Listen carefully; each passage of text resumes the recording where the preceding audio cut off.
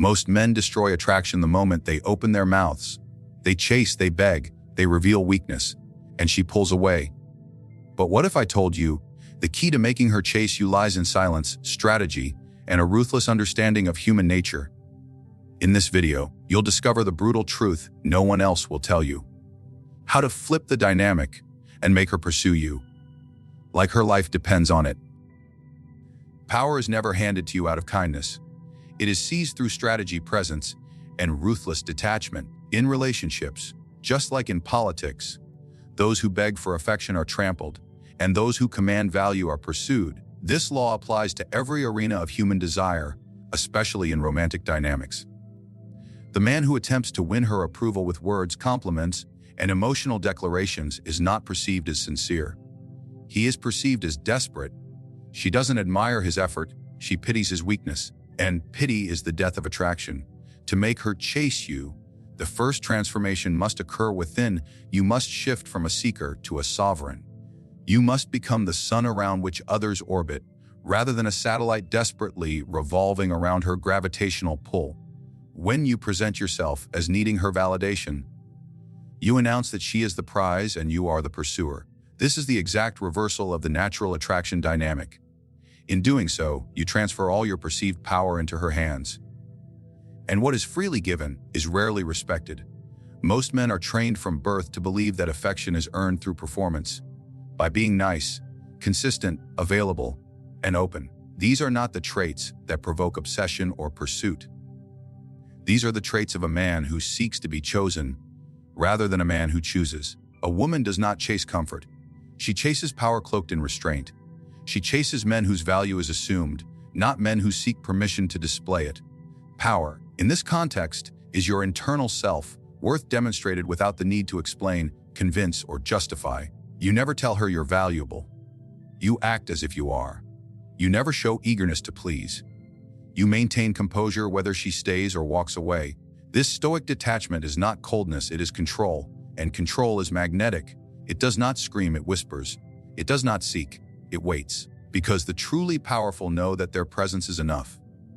When you communicate with a woman, every word, every pause, every delay or immediate response communicates value, or the lack of it. The man who sends long paragraphs, double texts, or instantly replies is unknowingly broadcasting one dangerous signal: you are above me. And the moment she senses this, the hunt dies, because no one chases what they already possess, and no one desires what is already conquered. The man of power understands the paradox: the more he gives, the less he is desired. The less he reveals, the more she invests in discovering what lies beneath the surface. He becomes an enigma, an unanswered question, a puzzle that demands her attention, not because of anything he says, but because of everything he doesn't. Silence, when used with precision, is more seductive than any poem, and distance, when calculated, is more intoxicating than proximity. To seize power in this dynamic, you must ruthlessly eliminate the impulse to seek reassurance from her. You must eradicate the desire to be liked, approved, or validated. These are chains that wrap around your voice, your mind, and your masculinity.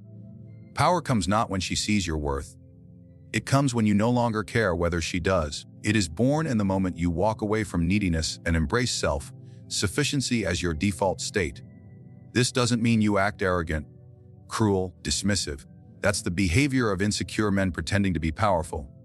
The man of true value doesn't pretend, he is. He doesn't flaunt his worth. He embodies it. He doesn't chase what he already knows he can attract. And he doesn't run after what is not yet ready to come. He simply remains, rooted, unshaken, a fortress, not a servant.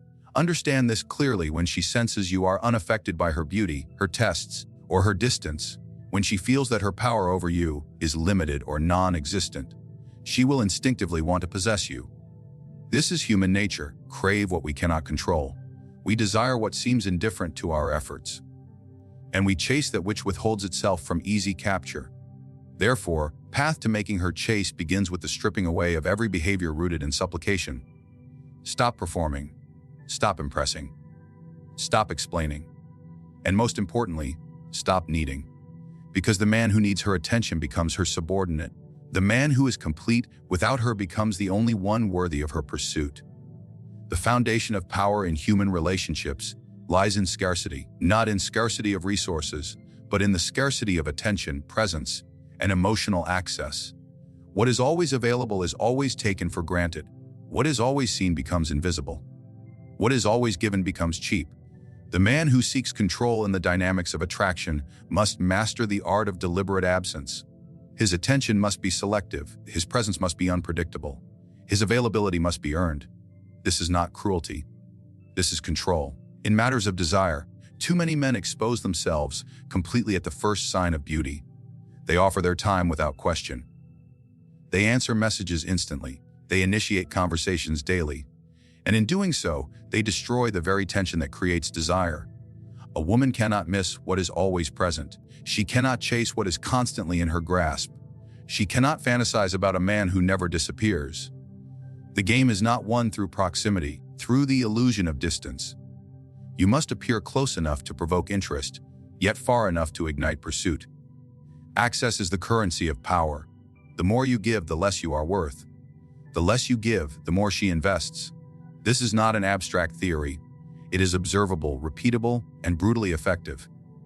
By limiting how often you engage, how much you reveal, and when you show up, you shift the control from her hands to yours. You create an emotional vacuum that she feels compelled to fill.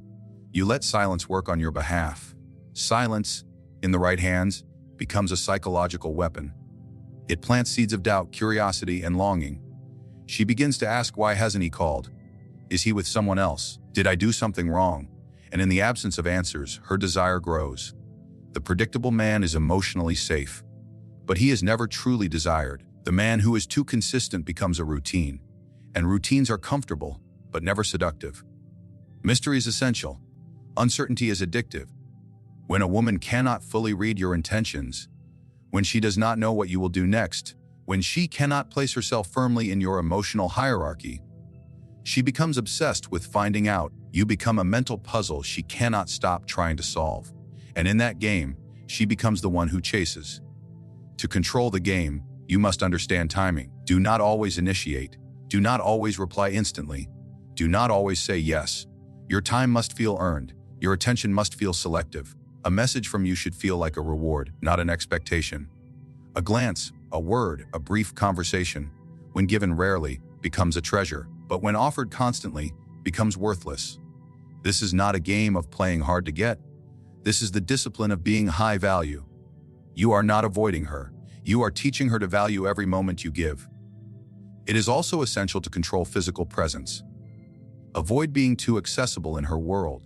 If she knows she can reach you at any time, your mystery evaporates. If she expects your calls, texts, visits, or invitations, then your value becomes routine.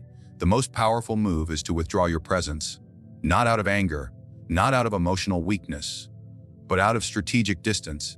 Let her wonder where you are. Let her wonder who has your attention. Let her question whether she still holds your interest. This is how the emotional tables turn. You shift from being an option to being a question mark, and questions provoke action. Never explain your absence. Never justify your delay. The powerful do not apologize for being selective. You must act as though your time is consumed by purpose, that your attention is in high demand, and that your emotional energy is reserved only for what is truly worthy. If she qualifies, she will earn more of you. If she doesn't, your silence will speak louder than any rejection. And yet, in your distance, you must offer brief glimpses of warmth, just enough.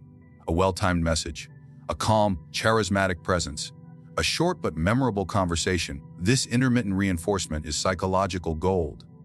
It keeps her emotionally hooked. It mirrors the way addictions are formed, not through constant reward, but through unpredictable spikes of pleasure. You become not just a man she likes, but a man she needs to understand, validate, and possess. By limiting access, you elevate yourself. You force her to rise to your level rather than stooping to hers. You become the rare gem in a world of pebbles. You don't ask for her time, you offer yours sparingly. You don't plead for her attention, you allow her to earn yours. You don't force desire, you cultivate mystery. And mystery, when properly designed, is the most irresistible force of all. The great illusion most men live under is the belief that effort equals reward. That if they give more, of their time, attention, compliments, and affection. They will be cherished in return. They believe that love is earned through sacrifice. That persistence will melt resistance, and that showing vulnerability will unlock desire. But reality does not follow the logic of sentimentality. It follows the logic of power, and in the realm of power, neediness is the ultimate repellent. The moment a man reveals that he needs her more than she needs him, he positions himself beneath her. He gives up the throne before even sitting on it. To reverse this, a complete reorientation of behavior is required. You must stop seeking approval and instead cultivate indifference to it. You must present yourself, not as someone who wishes to be chosen, as someone who chooses. The subtle shift in tone, in body language, in the way you speak, the timing of your replies, and even your eye contact, must communicate one principle: you are not here to impress. You are here to evaluate. She is not the prize. She is a possibility. And unless she proves herself, she gets nothing. Most men are far too generous with their validation. They hand out compliments like charity, thinking it will be appreciated. But the truth is, brutal compliments given too easily are dismissed. Attention given too freely is ignored. Desire shown too early is punished. Why? Because the person who needs the other more is the one who loses control. And no one chases what they already possess without effort. If you want her to chase, you must put her in the position of earning your attention. This doesn't mean being hostile or arrogant. It means setting a standard and refusing to lower it. Regardless of how attractive she may be, you must treat your energy as a scarce resource, your validation as a reward, not a gift. When she feels that she has to work to earn your interest, her perception of your value multiplies. She begins to see you not as one of many men trying to win her, but as the one man she must win over. You do this by subtly changing the frame of every interaction. When she speaks, you listen with calm indifference, not eagerness. When she asks questions, you answer with confidence, but without trying to impress. When she withdraws, you remain still. No chasing, no double texting, no emotional outbursts. This detachment creates a tension she cannot resolve, and so she invests more. The moment she feels that you are uncertain about her, everything changes. Let your standards be known, not through words, but through behavior. Make it obvious that beauty alone is not enough. You are not like the rest who crumble at the sight of softness. That you are not seduced by curves or caught in the web of flattery. This does not make you cold, it makes you rare. The moment she senses that she is being measured, that she is being assessed, that she must impress you, the game flips. There's a reason the man who is hard to read becomes the one women obsess over. His emotional independence forces her into a place of uncertainty, and in that uncertainty, her ego becomes involved. She wants to be desired, but your indifference makes her question her power. This isn't about manipulation. It's about understanding the mechanics of emotional investment. People value what they work for, and when a woman feels like she must earn your interest, she chases it. This does not mean you should play games. Games are for the weak. This is about authentic power, about not needing anyone to complete you, validate you, or define your identity. When you move from this position of power, you are no longer affected by her reactions. Whether she praises you or ignores you, your internal value remains unchanged. This emotional immunity is intoxicating. It destabilizes her assumptions. She cannot influence you the way she does others. And this challenge becomes irresistible. The man who reverses the neediness dynamic becomes the mystery she wants to solve, the code she wants to crack, the fortress she wants to enter. You cannot pretend this frame. You must become it. You must live as if her attention is a privilege, not a lifeline, as if her presence adds value to your life, but its absence changes nothing. You don't seek to fill a void. You operate from fullness, and this fullness radiates silently, pulling her closer without a word. To wield power in any relationship, especially one rooted in attraction, you must master emotional detachment. This is not the absence of emotion, but the control of it. It is the ability to remain centered while others are swayed. While she reacts, you observe. While she escalates, you remain still. While she tests, you pass without flinching. The man who cannot control his emotions becomes a slave to them, and the man who is a slave cannot command desire. Desire flows towards strength, and nothing demonstrates strength more ruthlessly than the ability to detach. Women test, not always consciously but instinctively. They push boundaries, they provoke reactions, they stir emotions to measure the man's center. A man who erupts, who pleads, who reacts with jealousy, insecurity, or desperation exposes himself as emotionally weak. His frame is penetrable. His power is conditional. And conditional power is no power at all. But the man who responds with silence, with stillness, with indifference, he is unbreakable.